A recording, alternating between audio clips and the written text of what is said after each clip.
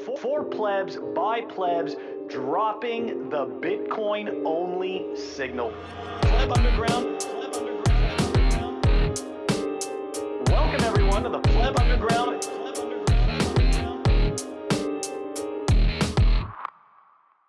Misallocated liquidity, we call it edema. I write pages and pages. Now here's a reamer. The word's cold like in storage. Number one, it's the creamer, the crop, corn on the cob memer. No one cuts it like Phil, flow smooth like a streamer. Just espresso and cream, no Fiat creamer. Put her on chain as if she's a lemur. Don't break a leg if you do, call FEMA.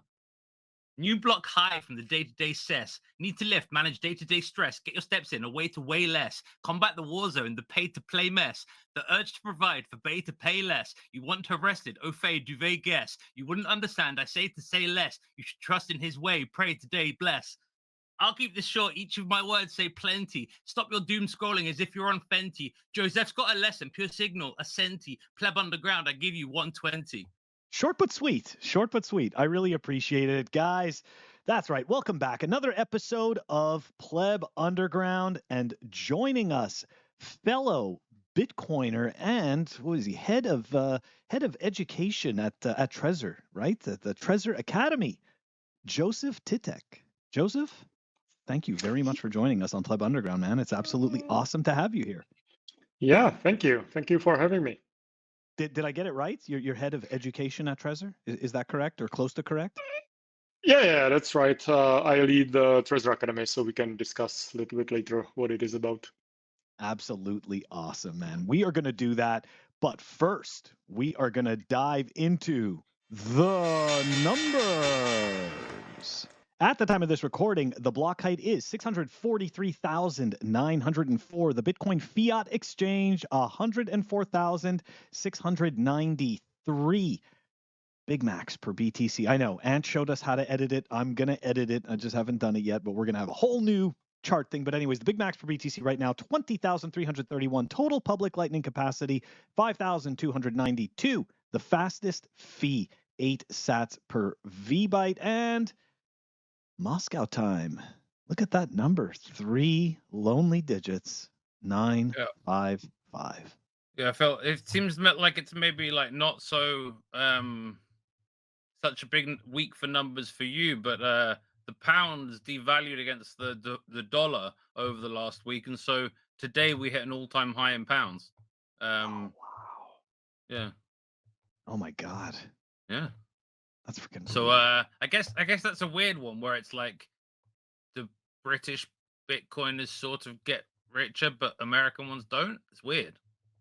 But I guess the inflation must catch up to our country as a consequence of that. Like there must be a delay. I don't know, right? I guess so. I mean, I don't see why not, right? Never really. But it's a nice little education opportunity for normies when you have fiat currency devaluations, because you can then say, yeah, but they're all doing it versus Bitcoin, and it's quite yeah. They may move at different paces, right, at different times, but in the end, the pattern is the same.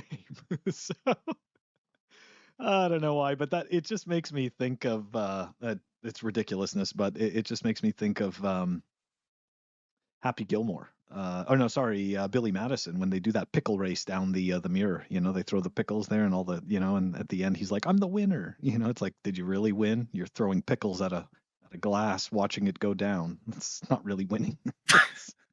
I don't know. I just, you can't help but think this, like, who cares? They're all losers. And that is kind of the point of fiat. Anyways. All right.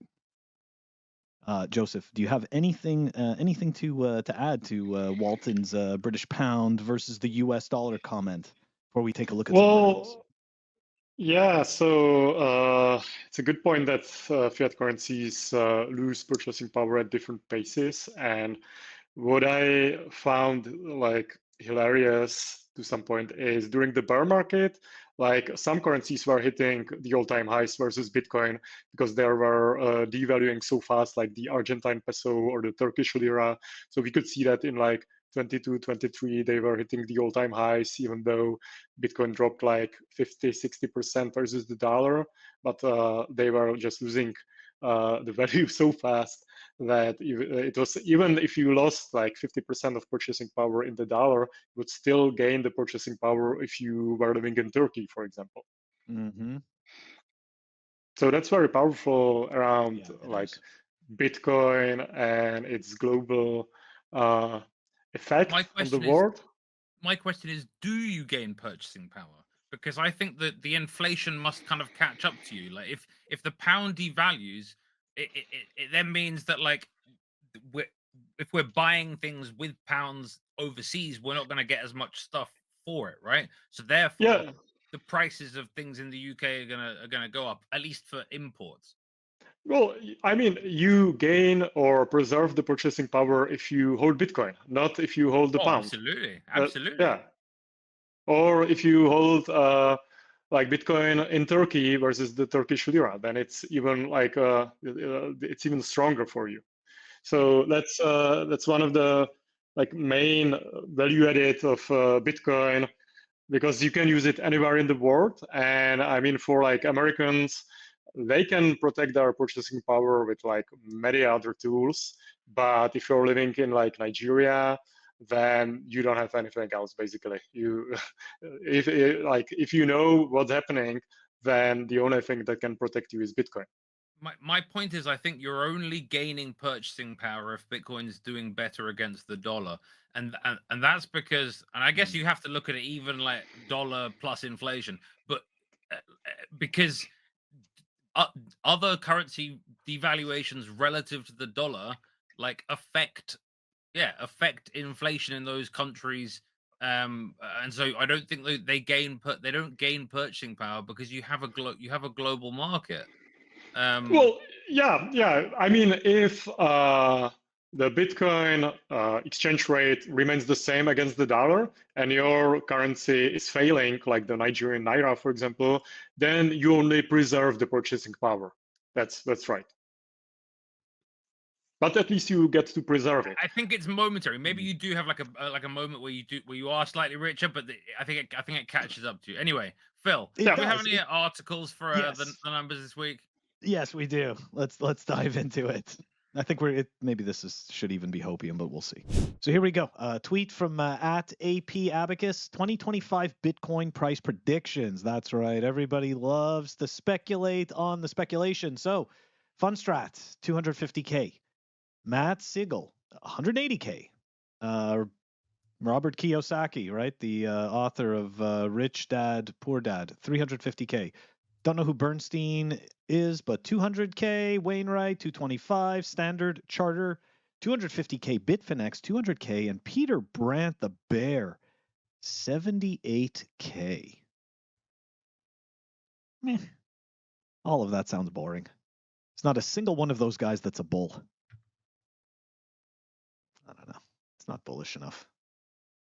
Any thoughts on that?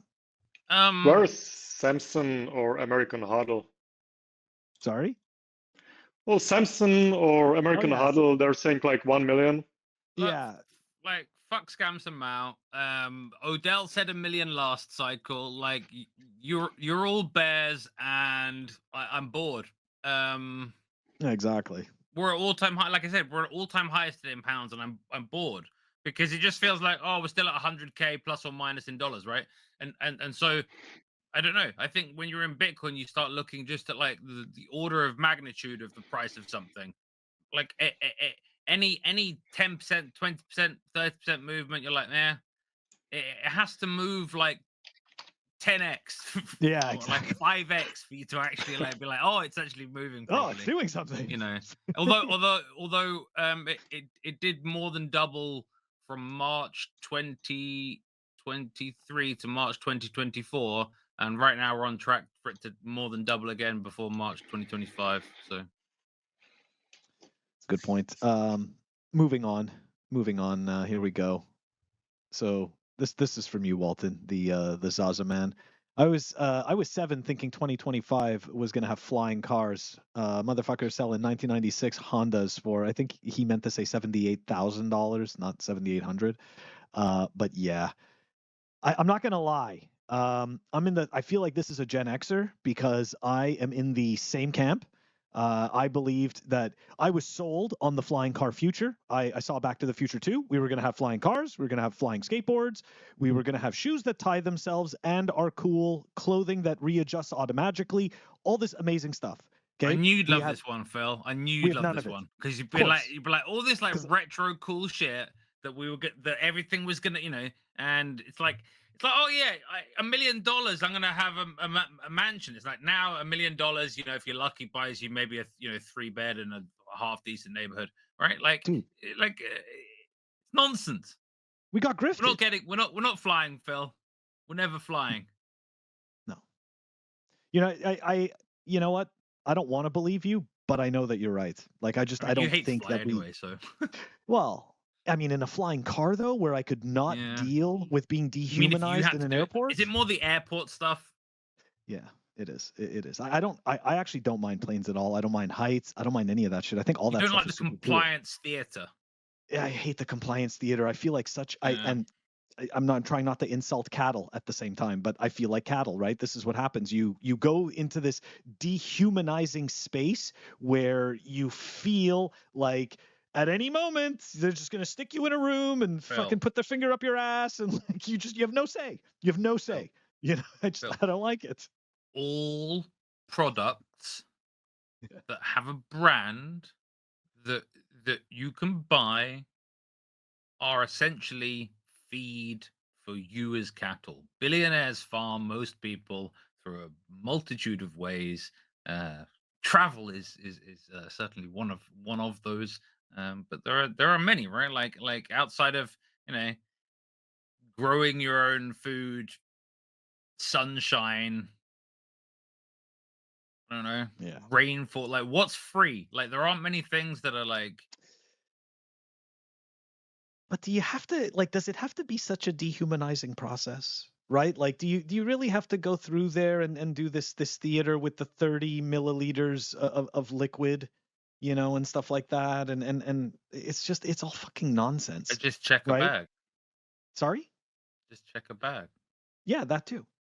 But now they even make you check the bags that you're supposed to be able to put in the carry last year I did a record all-time number of flights, Phil. And it was, I did a record all-time number of flights in 2024 of 16 in a year, and nice. Loved it. Yeah, well, to each their own. Would you like to fly, Joseph? Well, if I like to fly, I agree with everything you said here. I remember when it wasn't so bad, but it's getting worse and worse all the time. I'm going to be on an 11-hour flight next week. So, I mean, if you get a good... Which US are you going to? I'm going to Cape Town for the Adapting Bitcoin Cape Town. I guessed wrong. He's going this way instead of this way. Yeah, I'm going south. I mean, if you get to pick a good seat, then it's not so bad in the plane, on the plane itself. So the emergency aisle seats are always what I go for. But I mean, the airport, yeah, that's really horrible, and you just don't feel really as a human in these settings. Just get a lounge pass, guys. Just sort yourself with lounges. See, listen to this. Listen to this shit. So what? So just pay the handler more? Pay the handler more. This is what you're saying? Sorry, man. Yeah, we need a Bitcoin airport and a Bitcoin airline. I know that Salvador, for example, like the experience in Salvador is much better, right? So I'm always an optimist. I think things can really improve in the future, but with the Bitcoin values sort of taking hold, I think it's gonna be better for our kids. Okay, question. This is multiple pronged question. Are you an aisle guy or a window guy? And are you a seat are you a such a great question, Phil? Seat closest to the bathroom guy? Yeah, I know about all this. That's very peculiar.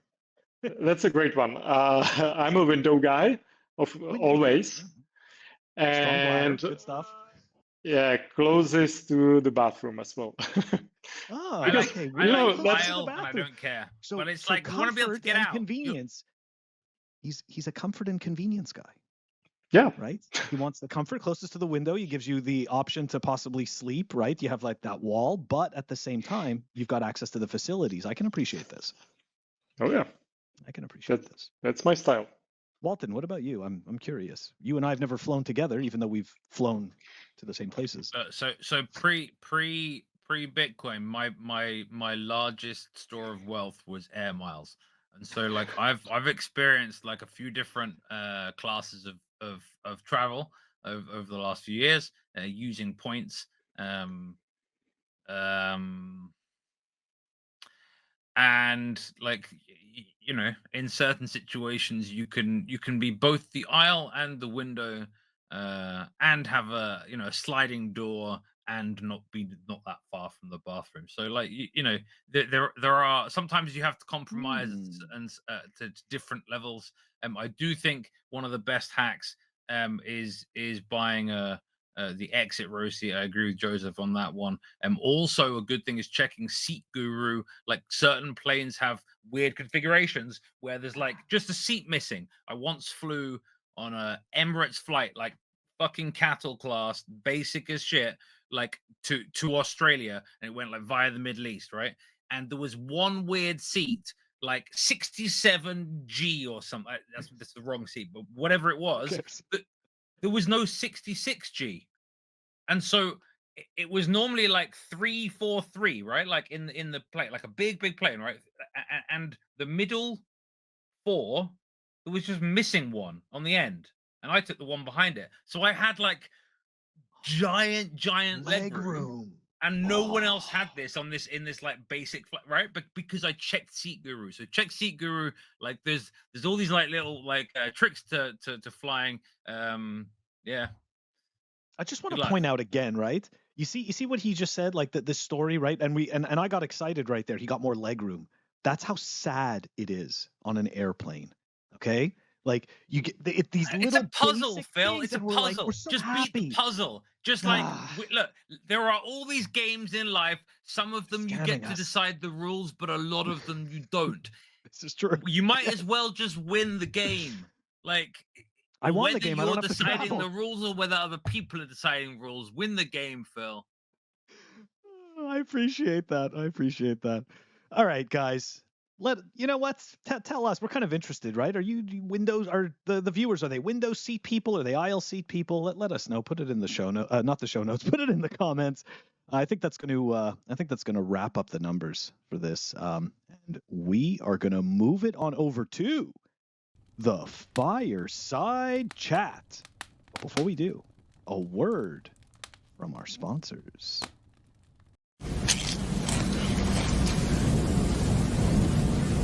It's like people only do things because they get paid. And that's just really sad. PlebUnderground is brought to you by KnowHue. Go check them out at knowhue.com. They are building Amazon for Bitcoiners, a one-stop shop for Bitcoin-only brands. New brands are going to be added every month, so go check them out. Don't miss what's happening at knowhue.com. Pleb Underground is brought to you by CypherSafe. You guys all know I am a pet rock enjoyer. Love the swag, love the collectibles.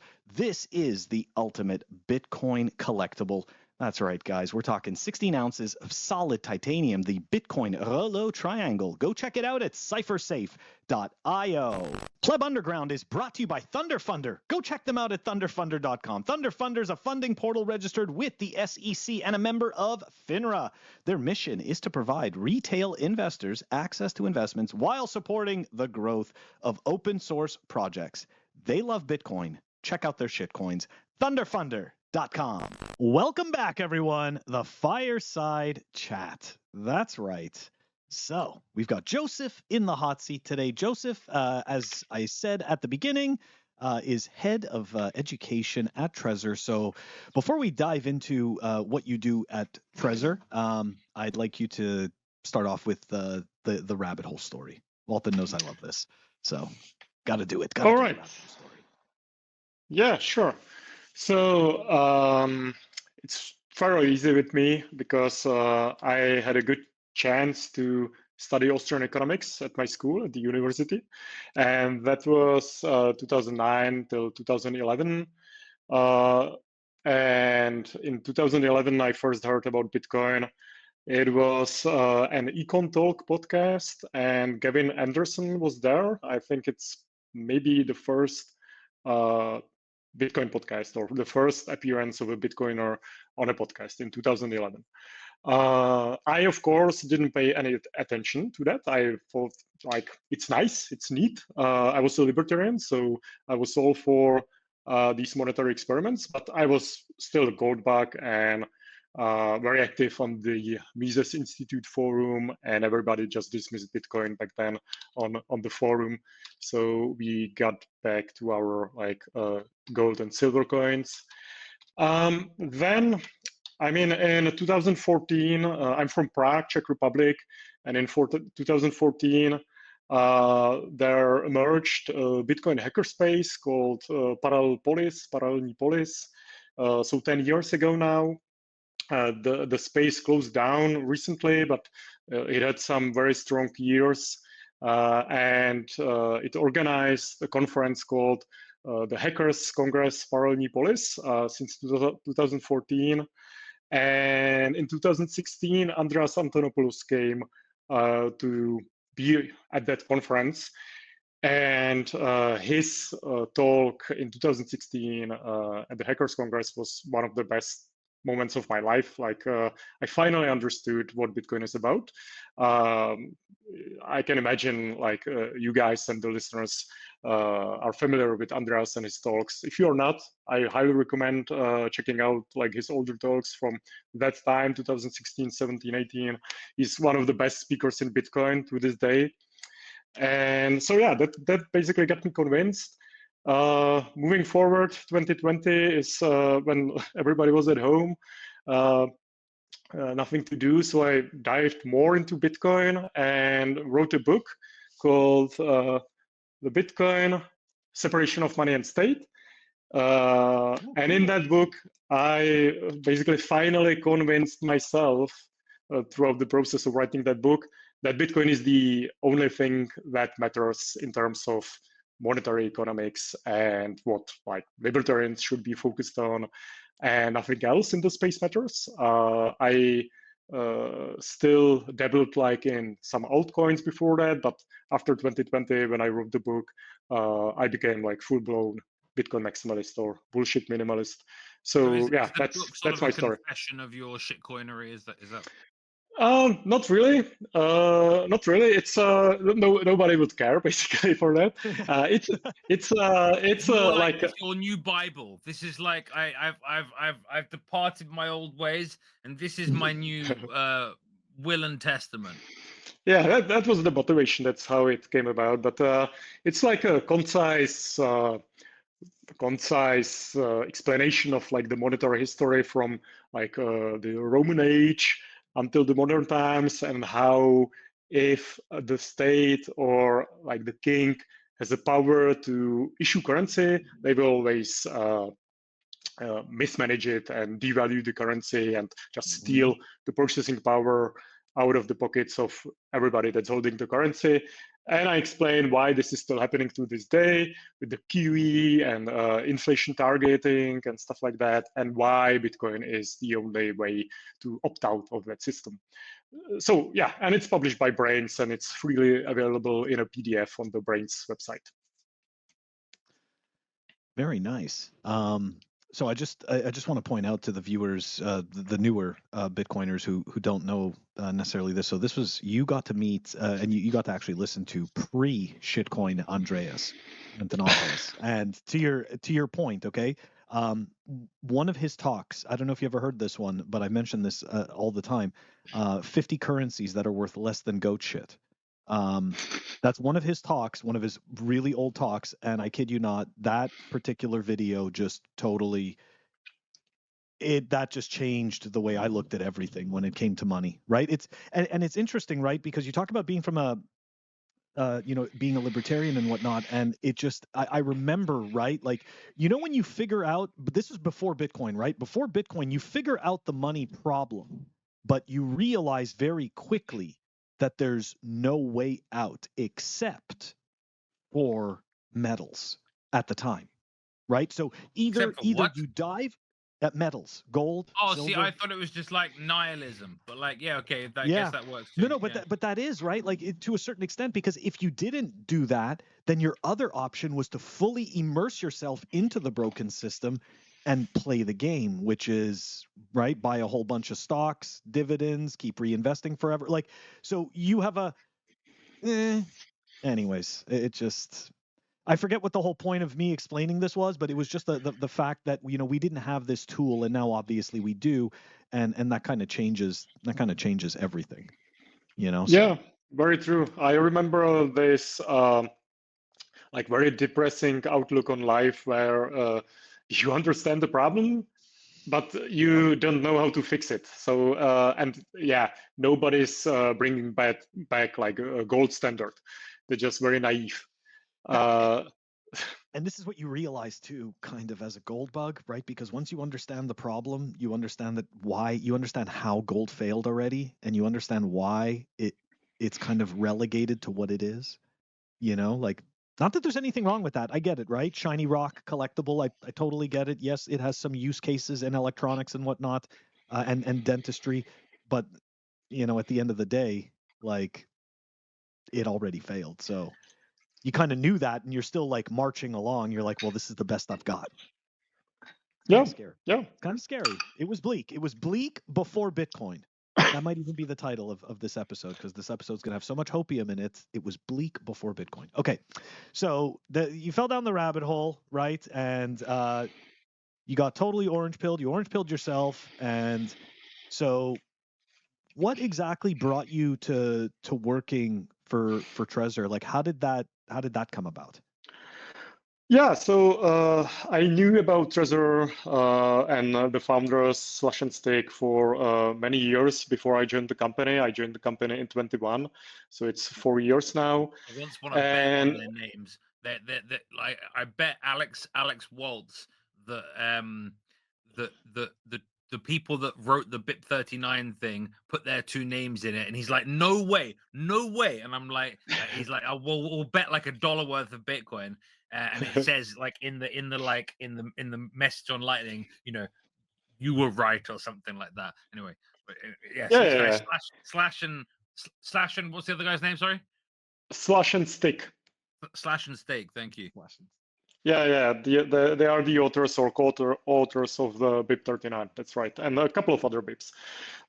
So yeah, they are, of course, had a huge respect in the Czech Bitcoin community. Yeah, Phil. Yeah. I just quickly want to add. So BIP 39, just to make sure that for the listeners, that is the BIP that introduced the ability for passphrase. No, that's the mnemonic seed. The mnemonic seed. 2048 words. Yeah. It's the seed word list. Yeah, and just the standardization of how the keys are generated from the mnemonic seed. So thank you. Sorry. Continue. Yeah. So I knew about Bitcoin like since Andreas's talk, 2016, 2017. That was like the craziest bull market, of course, ever, 20x in 1 year. So I quit the corporate job and sort of didn't know what to do next. Then we had the crash, so I still needed to work. So I worked for some startups. And yeah, in 21, finally, after a couple of years, I joined like a proper Bitcoin company, the Trezor. And yeah, for the past 2 years, I've been managing the Trezor Academy, which is like our global or Bitcoin educational initiative. So what do you guys, what do you do there exactly? Like at Trezor Academy? Yeah, Trezor Academy. Yeah. Like, how does that relate to customers? It's like a different arm of the company. It's like a non-profit initiative. So it is like a program where I travel around the world, like to the global south mostly, Africa, South America, and I am looking for local Bitcoiners that would like to educate others in their community, like in various African countries. And we support these local educators to run Bitcoin meetups with us. The curriculum for these Bitcoin meetups has been written by me. Basically, it's a little bit like a condensed version of my book. So there is some like monetary history, explanation, like what's the problem, like why fiat money sucks, which is kind of neat that in, for example, Africa, you don't need to spend too much time on that because usually people understand. They get it. Yeah, they get it.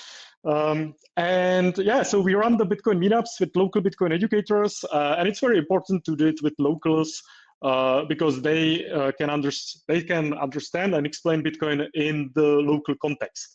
It's very different how Bitcoin is like understood and approached and taught in like the Western setting, and for example in an African like township in a very poor environment. Because like in the African township environment, people are always all about like digital payments. It's a means of making digital payments without having a bank account. There's a huge unbanked population. And for example, paying with Bitcoin, if you only have like a feature phone, like a dumb Nokia phone, and that is possible with the Machankura project. It's a project from South Africa. And nobody like in the West basically knows about this, that you can use Lightning transactions. It's a custodial Lightning, but still you can do Lightning transactions on a feature phone without an internet connectivity. We So actually had like Ray like do a special about 18 months ago. So like us and our viewers are well up to date on Bitcoin in Africa, sir. But yes, like it is a place where most banking is done on phones because people don't have access to the traditional rails. You're absolutely right. Yeah. So to sum it up a little bit, what we do, we have run the program like the Bitcoin meetups in more than 20 countries last year, more than 40 programs because some countries we run it repeatedly. So we have a network of more than 20 educators now around the world. And on top of running our own like meetup program, we also partner with educational initiatives that are already established, like Bitcoin Dada in Kenya. It's like Bitcoin and financial literacy for women, which otherwise, that's also like another contextual thing you wouldn't, or I wouldn't understand coming from like Central Europe, that women in some African countries might be afraid of coming to like unisex meetups because the men can like laugh at them, can be like intimidating, and that's what I've been told. Like that's why like there's BTC Dada and it's just for women because it's like a safe space, and not like a safe space where like the US version of it, but an actual safe space where nobody like physically attacks you, right? I have a question. Doing these campaigns in places like Africa, like how do you find like having to deal with what essentially are like PR propaganda campaigns from the shitcoiners, right? There are a whole bunch of shitcoin foundations that set up a whole bunch of weird, like bogus programs in Africa to create these stories about how Cardano's helping people do wells somewhere. Like, no, it's not. No, it's not. Like people are like shitcoiners are bribing people to create like feel good stories. Like how do you compete with this bullshit printed money, like doing propaganda campaigns in some places that don't have as much money, and so maybe they are a bit more willing to listen to some of that sort of bullshit. That's absolutely right. Africa is plagued with this. Like the World coin, for example, it's still going on. They're still scanning like people's eyeballs in Africa. So yeah, that's really horrible.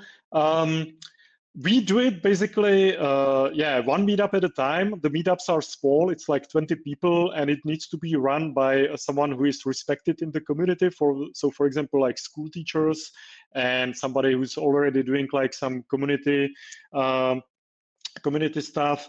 And yeah, we need to pick our educators very carefully, but usually you can tell like who's legit, like who's an actual Bitcoiner. I get to meet them usually at the conferences, or if it's like just someone applies remotely, I can ask like the other Bitcoin educators from either from this particular country or some others, because still the Bitcoin community, especially in Africa, isn't that large. So people know each other and people can tell like if there's any kind of red flag. That's on the educator side. On the like participant side, this creates a big problem for us. Because people are skeptical. A lot of people got burned by either shitcoins or real like Ponzi schemes, like real scams that use Bitcoin as a sort of like affinity scam, telling like people you get to invest in Bitcoin, but it's just a scam. So a lot of people are skeptical, especially when we run the meetups. It's a free education, it's free to attend. And so it sort of sounds too good to be true that we are not like selling anything to the people, right? So that's also the role of the organizer to properly explain what's going on, and that it's not like an investment scheme. You're not selling any products, you're not marketing any products. It's just an educational initiative, which like in some communities that really doesn't happen at all. There's always some agenda. So yeah, that can be hard. But I mean, with the program like expanding, getting like traction, people start to talk about it, and if like I don't know, 10 people come to the first program, they talk to their family members and their friends in the community saying it's legit, then 50 people are going to come next time, right? So it's a bottom-up approach, yeah. And we cannot eradicate the scams. What we do is just like offer the real thing, and in the end, like I think, like the truth prevails. So yeah, that's how we do it. Yeah, I like that. I do agree with you that and it's interesting because in the Bitcoin space we do have Bitcoin companies that do that offer these types of education workshops and whatnot, and it's really just an avenue to right. They just want you to buy their service, right? They just want you to buy their service. They want you to click on their ref links, and that's really so. Yep. But it's definitely appreciated to have much more of an objective type of like, look, we just want to educate you about Bitcoin. It's not about selling you, the product that we manufacture or anything like that. And I do think that does go a long way in terms of public perception, right? Those other companies may indeed end up garnering some business from doing that, but I think in the long run, it actually hurts their brand. Yeah, that's right. Like, I mean, for us, it wouldn't even make sense because in a lot of the communities we run the program there is simply not the purchasing power to buy the Trezor device. So what we recommend to the people is more like, okay, there's like a wallet progression. So you can start with like wallet of Satoshi or Blink. That's totally fine with a couple of dollars worth of Bitcoin. It's just a way for you to like learn the ropes, like how the Lightning transactions work. And then maybe you're gonna get like a Phoenix on your phone. Which was the first wallet you're recommending before Phoenix? Yeah, Blink. Blink. Okay, I so like you're Blink. using custodial, because I think custodial Lightning is the best thing for a small amount before they go to the next thing. Yeah, of course. And then I mean, you can gradually progress to like a cold storage, like a hardware wallet, but it's gonna take some time. So yeah, it's just for people to understand. They should make that progression or keep it in mind, and maybe they will get to it eventually. Some people think there's different progressions, though. I have some friends in London that they're recommending Aqua as the like primary like thing for noobs, and I say to them, but then like it's like they're like saying it's a bit then people can use it like a Lightning wallet. I said, yeah, but it's not a Lightning wallet. It uses Liquid and it uses Tether. There is no Bitcoin. There is no Bitcoin. There is no Lightning in Aqua wallet. It uses Tether and it uses Liquid, and so like and it basically just charges a little fee on top of Bolt's that actually does the hard work for a reasonable fee, like underneath swaps. Yeah. Some people So recommend this just because apparently, maybe UX is like most important thing, but like to me, it's like I'd rather they use custodial Lightning. They say, oh well, it's better having your money with a federation, because you're less likely to get rugged than with custodial Lightning. What do you say to that? Yeah.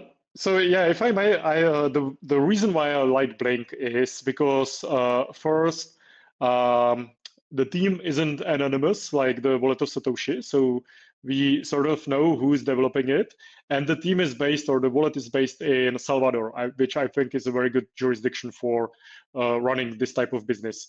And the second reason why I like Blink, and always recommend it, like for starting out, is they have this stable sets. So you can hedge the Bitcoin value into like the dollar value, but you still get to keep the sets. It's just like a hedge, like a derivative, basically. Oh yeah. Right? It's not a token. It's just a hedge. So the stable How does sets that work? in Blink, it works as a, let's say, dollar is 1,000 sets now. So you say, okay, I want to keep those sets always worth $1. If the dollar goes to 900 sets, 100 sets are going to leave your wallet to Galoy, to like the developer of the wallet, and vice versa. You just stream the sets back and forth to always keep like $1 worth of Bitcoin in your wallet, or like that's basically how it works, right? So, but you always get to keep the sets in your wallet, and the amount that you have in the wallet changes so that the dollar value stays the same.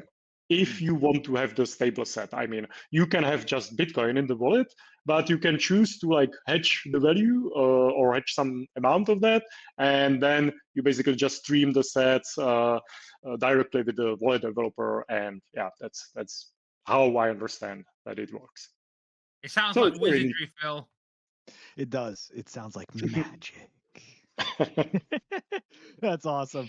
Okay, we're gonna switch gears a little bit though, because I do want to ask you about, right, because obviously what we were talking about before the show, Bitcoiners have different purity tests, and apparently not all hardware wallets, signing devices are as pure, right, as each other, and there's all kinds of arguments. So this whole introduction to say, I guess, what do you say to the critics that say that Trezor is, let's say, not as secure as a cold card because you supposedly cannot generate your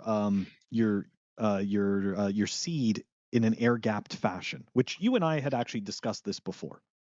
Yeah. So I would say, such critics don't understand how hardware wallets work, because airgap isn't the point of the hardware wallet. The main point of the hardware wallet is it needs to be an always offline device. That's why Trezor, the first hardware wallet, basically came about, because it was it's very hard to keep private keys secure on a device that is connected to the internet. So the hardware wallet, like any like real hardware wallet, needs to be always offline, and like the seed generation and the signing operations need to happen on the device that is always offline. But if the device is always offline, you need some sort of communications channel to an internet connected device. And now the question is, and that's the airgap question, what's the communication channel? So for Trezor, it's the USB cable. For Cold Card, it's the QR codes. But I mean, Or NFC. Or NFC. NFC, yeah. So you need to have some communications channel. And airgap is sort of like a gimmick, because so you transfer the data back and forth through QR codes instead of the USB cable. But what matters is the device itself needs to be always offline, and you need to have like some way to verify that this claim is real. And we approached it through open source. You need to be able to verify that is the case, that the device is always offline, and that it does only what we are saying it does, and that you ensure that through the open source, approach. So, I mean, Bitbox, another hardware wallet company from Switzerland, and our friends, they wrote a very good article back in 2021, which I always recommend, and it's called "Does airgap make Bitcoin hardware wallets more secure?" And they address precisely this question. Is airgapping like bringing anything to the table in terms of higher security? And they say no, because it's a different communications channel, it's a different UX, but the verification always needs to happen on the device, and you can inject like malicious code into an airgap device through the QR codes. And if there wasn't like a proper verification going on the device and through the screen, like the user, of course, is also needs to verify what is happening through the device screen and comparing that with the internet connected device. So it's a pointless discussion basically about airgap or USB. Both like work, both do the job. Airgap feels safer, but it doesn't actually bring anything to the table in terms of security. And you can just recommend this article. Does airgap make Bitcoin hardware wallets more secure on the Bitbox blog? Yeah, I'm gonna. I don't know if you could share that link with me, and I'll add it to the show notes, or I'll go dig it up. But definitely, I want to add that so that people have that, because look, a lot of times, right? I know that security theater looks really good, and when I first came into the space, I also would get carried away with this stuff and getting impressed with it, but the more that I learned and the more that I used all of these different devices, the more I started to realize, like, yeah, no, a lot of this is just really security theater, and that you can be equally as secure. One could argue, as long as you configure the device and you use the device correctly, right? Yeah. Like there's just so yeah, I do agree with that. The other question that I had for you in regards to this is, what do you think? Because another critical point is that you guys, is that Trezor offers the desktop client, right? And then there's the little watch only app as well. Oh, yes. So there's quote unquote closed source code, which isn't necessarily the case, because you can actually verify, if I'm not mistaken, the code of the Trezor suite. Yeah. I'm not sure what's the license right now, but should be transparent as well. But yeah, I'm not really sure about the license of the companion app.